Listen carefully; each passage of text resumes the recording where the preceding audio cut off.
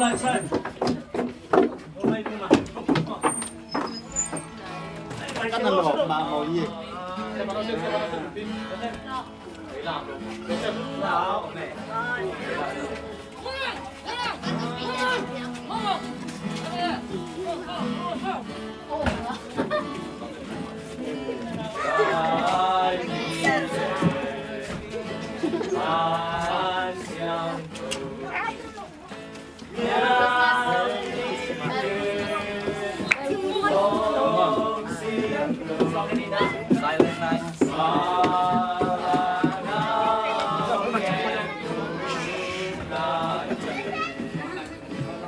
Thằng làm đúng rồi, làm đi ha.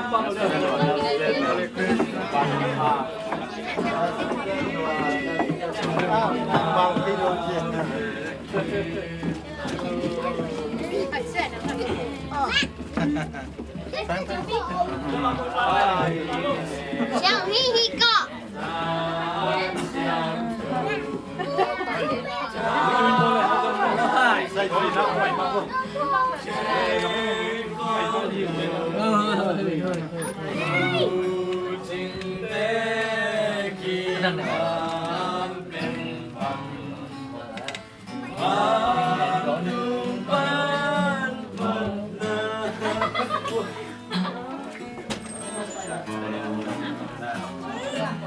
Merry Christmas! Merry Christmas! Các bác cần à? Xuân con anh nghe kami ngày dân sĩ. Hôm xuân con anh nghe kami ngày dân sĩ. Hôm xuân con anh nghe kami ngày dân sĩ.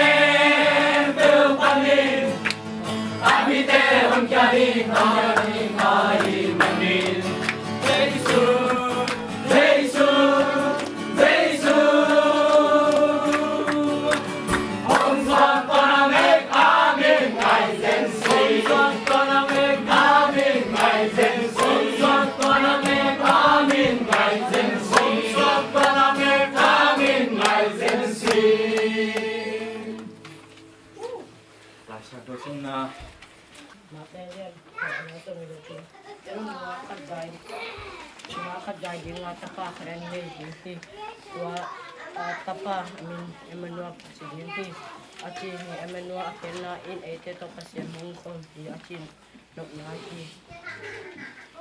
Amen. Ente lampan. Nah, ente pulang nak ni. Ampat mau ni. Bisa tujuh dan lebang kan, namang kedik lah.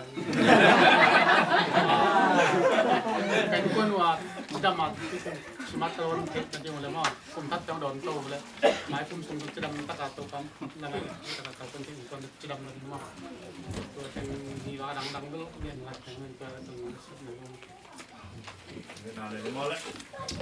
Lu babasian lung damung purita kina nang maswa na lung dam ko na tang ko na itan jang nang to panang manongom pi manina lung dam chugong ko hi purita kin himuna panang neu te bang ko sunga nang maswa na lung dam ko na tang ko kom lai ta ko na tatin kwan le kamung ten kwan zeng shumen to chupa pi na chugong ne lu hi nang manop sang na chupa to panang manong piak saka Babasen kum tule som lenga te sunga nang mahang gwalzo na nang mahang atu pai ten ten nun ta khosak na nang ma ompi na te to lungdam thu kong ko hi kum tule som lengu ka ma te tunga babasen lungkul na sidam ludam na maban dau pai na sep na bol na nang mahang atu pa khe pe to pan nang manong pia sang ya ta in kwan bang ko sung no pakal in babasen jiwai ta pai hom na kim chera nang mahang lungnop na to pan nang manong pia sang ya ta turi nang maswa na lungdam ki pa na na to pan na ta te mi mal khat kim sunga in kwan bang ko sunga nang mahanga mi ham pha mi lungdam te ngi sang ya ta in turi ta ka ma tin kwan babasian to pan nang man thupang piak sak lungdam thu ko wina turi ta kina panang le tin kwan pamung ten kwan je sumin to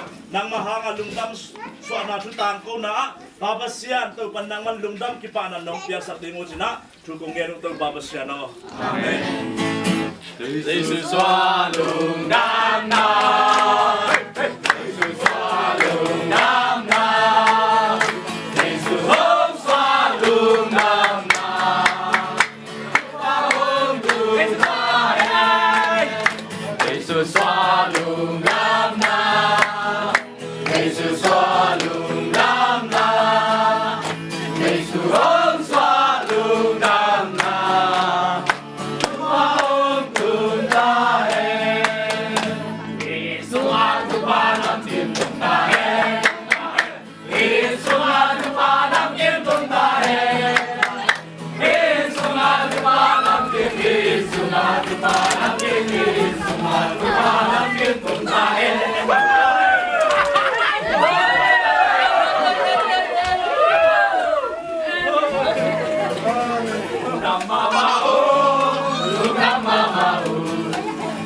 Mama, oh,